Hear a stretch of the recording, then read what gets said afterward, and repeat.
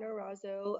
I am GHA's Client Accounting and Advisory Services practice leader, and I'm here at ITA for various reasons, really. But one of them is there's such a great CAS community here within ITA, and it's been great to kind of meet and socialize and build those relationships with several CAS leaders. We all face similar challenges in the industry, and it's nice to be able to collaborate together and have a discussion about how do we help each other and solutions moving forward. So really excited to be here. Great, thanks for joining us today as well. Yesterday we had a great keynote opening speaker. Mark was wonderful. He talked about the wave and the trials and tribulations that he went through, and then about focusing on gratitude. This morning, Nicole Russell, oh my gosh, amazing conversation about AI. I'm so excited about the different topics, and we're just starting, so today is really going to be a great learning opportunity. But Arna, tell me, you've been in the accounting profession for 15 years, so what kind of changes have you seen over the period of time?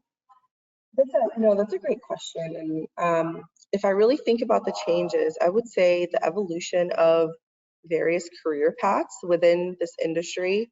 Starting out in college, you're told you could go to audit or into tax.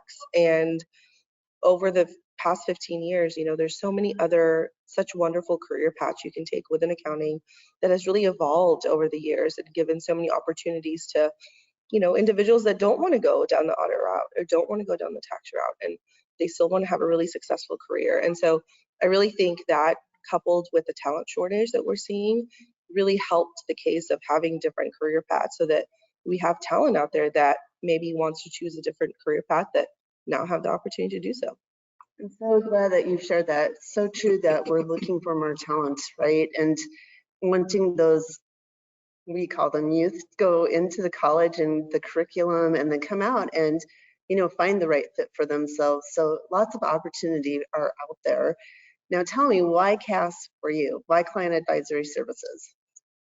I was reflecting on my career the other day, and I myself started an audit and went down that path and realized this is not the fit for me. And I actually moved into industry, and I worked in different accounting and finance roles, and worked up to being a controller of a pretty large manufacturing organization.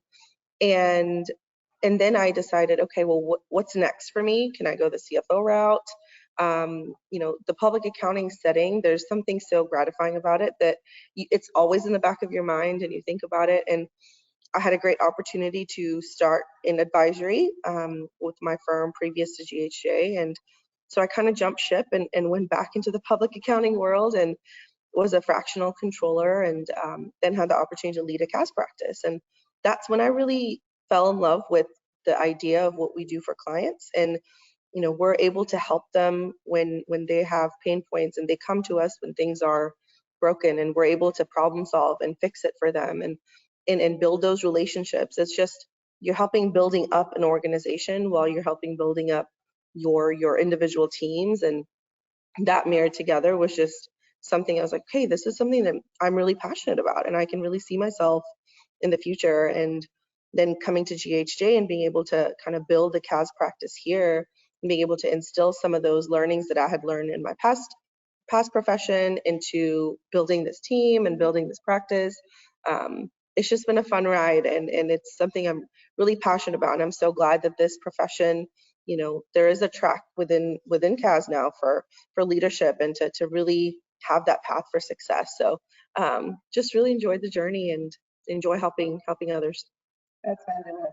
That's what advisory is all about, right? Yeah.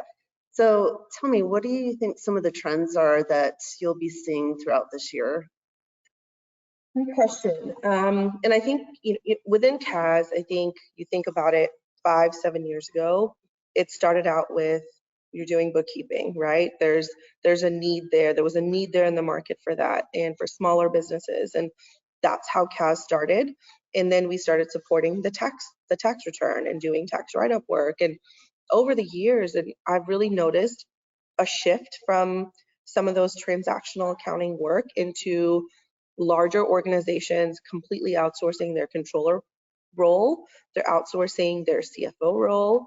And so really, I think that the trend that I've been noticing is that there's a lot more work out there that is really a full accounting team, supporting an entire accounting team from the transactional accounting all the way up to that fractional CFO role and controller role. So I think the landscape of CAS, the makeup, the portfolio of what CAS is really shifting in the last couple of years. And within GHA's practice, we're seeing a lot more larger organizations that really want to double down on the outsourcing model, and it's been a really successful relationship so far. That's amazing to hear. So do you think every firm feels strongly about outsourcing, or would they prefer to have the technology that they can oversee themselves? As you know, we've known or at least BotKeeper offers tech only now, but other tech solutions have that where you can oversee it, the management yourself. What is GHJ? What's your thought process about all of that? Yeah, I think that there's a blend there, right? I really think that I think AI is wonderful, and I think within CAS we have to leverage technology to be able to, keep being successful in this profession. And I think automation is kind of the key there. And when I think about technology and automation, I think about tools like BotKeeper, right? And you mentioned BotKeeper that has the new platform called Infinity, which is completely AI. And so within GHA, we have adopted BotKeeper about a year ago, and we have the basic package and the advanced package, and we've put clients through that. And now we're actually trialing out Infinity. And I think there is an opportunity for that human element to be there. You mentioned firms want to kind of manage that technology themselves versus having outsourcing. I think the perfect marriage is a blend of both, to be honest. I think you need to have the education on the technology to be able to understand what it does and being able to understand the output, and you need to have that human touch to just be able to maybe QC something. So I think it really is both. And firms or organizations that think about, okay, well, we can utilize BotKeeper ourselves and run with it. I really think you should rethink that and be able to think about how you can really use industry experts that knows the technology, and use their help in kind of managing the output of it. Well, with technology, are there other pieces that are important to a CAS practice? We know automation is important, but if you were to look at the ones that you would recommend to anybody that's trying to build a CAS practice, what would you recommend to them? Yeah, obviously automation, but I think a big one is a workflow management tool. I think within a CAS team, we wear so many hats and we have so many clients that we're dealing with. It really is like flying blind if you don't have a workflow management tool, coupled with some other automation technologies to really be able to upskill your team, be able to manage workload, make sure people aren't getting burnt out, really understanding what is on everyone's plates, because we move so fast and there's so many pivots that you make in a day. There has to be a way to, manage that. And I definitely think someone that's thinking about starting a new CAS practice, I would say that's number one. Get a really good workflow management tool that you can have visibility of your team, but also empowering them to kind of create their own schedule. Very practical advice. I appreciate that. All right, so you have a session coming up this afternoon at the ITA Alliance. We're at the spring conference right now in beautiful St. Louis, Missouri. The arch is right outside, gorgeous, and lots of sunshine. But tell me about your session. What are you going to be talking about? No, it works really nicely with the question you had asked me earlier about the change that I've seen in the accounting industry, being that the evolution of different career paths. And our session this afternoon is essentially doubling down on that, right? Like creating a roadmap for what it looks like to be successful within CAS. We have partners in CAS now, and how do you get there? What is that roadmap? What are the tools? What are the resources? What are the objectives of each level within CAS? So it's essentially building out a competency model for this industry, and starting out with a staff accountant all the way up to a senior manager. What does it look like to be successful? And let's have a discussion about it, and let's brainstorm with other leaders and other practices if there's something that's not in that competency. It's really a brainstorming session together to help upskill our teams, help provide that opportunity for our teams, and because at the end of the day, I think people are the center of our industry, and I think that people you know, are what drives this industry moving forward, and you want to give them the right opportunities and building that next generation. That's fantastic. There's another session that's called IT and CAS walk into a bar, ... What about that session?